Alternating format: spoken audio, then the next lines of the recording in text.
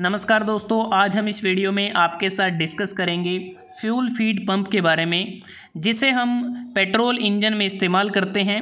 और इसका main function ये रहता है कि इंजन स्पीड और लोड के रिस्पेक्ट में जो कार्बोरेटर का फ्लोट चैम्बर होता है उसे हम फ्यूल के साथ उसको फुल भरकर रखें और वहाँ पर एक सफिशिएंट क्वांटिटी ऑफ फ्यूल को सप्लाई करते रहें, डिलीवर करते रहें।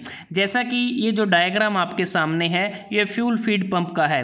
यहाँ पर अगर आप देखें जो फ्यूल टैंक है जिसमें फ्यूल रहता है, वहाँ से हमें फ्यूल को जो कार्बोरेटर का फ्लोट चैम्बर है वहाँ तक इसको डिलीवर करना होता है अकॉर्डिंग टू रिक्वायरमेंट के हिसाब से। तो सबसे पहले डायग्राम अगर हम देखें तो इसमें जो मेन पार्ट आपको नज़र आ रहे हैं, यहाँ पर ये स्ट्रेनर लगा है और ये ग्लास बाउल है। उसके बाद ये जो हमें नज़र आ रहा है जो पंप का चैम्बर है, इसमें इनलेट वाल्व यहाँ पर है, आउटलेट वाल्व ये है और इसमें एक स्प्रिंग लगा है, एक डायाफ्राम लगा है और यहाँ पर एक अरेंजमेंट है। अगर हम देखें एक कैम लगी है और कैम के साथ यहाँ पर एक जो रोकर आर्म या जो लीवर हम कह सकते हैं वो दो पार्ट में बना हुआ है। बीच में ये पाइवोटेड पार्ट है जिसे हिंज्ड पॉइंट हम कह रहे हैं। तो यहाँ पर एक फलक्रम की तरह कार्य करेगा ये। तो इसकी जो वर्किंग है वो किस प्रकार से होती है उसको हमें समझना है कि ये जो कैम होती है इसे कैम शाफ्ट की मदद से इसको रोटेट किया जाता है। और ये जो एक प्रकार से जो फ्यूल फीड पंप है ये स्प्रिंग लोडेड फ्लेक्सिबल डायाफ्राम है, एक मैकेनिकल फ्यूल पंप है। और जब हम कैम शाफ्ट की मदद से कैम को रोटेट करते हैं तो सबसे पहले क्या होगा कि अभी ये जो आपको डायग्राम नज़र आ रहा है इस टाइम इसमें जो डायाफ्राम है वो अपवर्ड डायरेक्शन में है।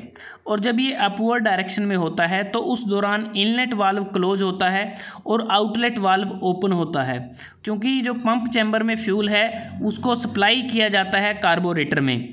अब जो दूसरी कंडीशन ये होती है जब कैम रोटेट करती है कैम शाफ्ट की मदद से, तो उस दौरान क्या होगा कि ये जो लीवर है तो ये थोड़ा सा ऊपर की तरफ मूव करेगा, जिससे जो स्प्रिंग है वो कंप्रेस हो जाएंगे और स्प्रिंग के कंप्रेस होने से डायाफ्राम डाउनवर्ड डायरेक्शन में आएगा। जैसे ही डायाफ्राम डाउनवर्ड डायरेक्शन में आएगा जो इनलेट वाल्व है ओपन हो जाएगा और आउटलेट वाल्व बंद हो जाएगा। और इनलेट वाल्व के ओपन होने से यहाँ पर क्या होगा कि जो पंप चैम्बर है यहाँ पर एक पार्शियल वैक्यूम प्रोड्यूस होगा या क्रिएट होगा डायाफ्राम के ऊपर। और पार्शियल वैक्यूम के क्रिएट होने से जो फ्यूल हमारा ग्लास बाउल में है वो स्ट्रेनर से होता हुआ और इस पाइपलाइन के माध्यम से इनलेट वाल्व के थ्रू वो पंप चैम्बर में चला जाएगा। तो इस प्रकार से हम देखेंगे कि जो स्ट्रेनर हम इस्तेमाल करते हैं इसका इस्तेमाल इसलिए किया जाता है अगर कोई इम्प्योरिटीज़ फ्यूल के अंदर है उसको रिमूव किया जा सके। तो जैसे ही डायाफ्राम हमारा नीचे की तरफ होता है और फ्यूल पूरी तरह से हमारा पंप चैम्बर के अंदर आ जाएगा, तो उसके बाद ये हमें देखना है कि जो फ्लोट चैम्बर होता है कार्बोरेटर का अगर वो फुल रहता है तो उस दौरान क्या है कि जो डायाफ्राम है बिल्कुल लोएस्ट पोजीशन पे रहेगा। तो जैसे ही फ्लोट चैम्बर जो कार्बोरेटर का है वहाँ पर जो फ्यूल है अगर कम होता है तो उससे क्या होगा कि जो स्प्रिंग है वो प्रेशर को एक्सर्ट करेंगे, फोर्स को एक्सर्ट करेंगे, जिससे इनलेट वाल्व तो बंद हो जाएगा और आउटलेट वाल्व ओपन हो जाएगा। और आउटलेट वाल्व के ओपन होने से और ड्यू टू स्प्रिंग प्रेशर जो डायाफ्राम है वो अपवर्ड डायरेक्शन में मूव करने लगेगा।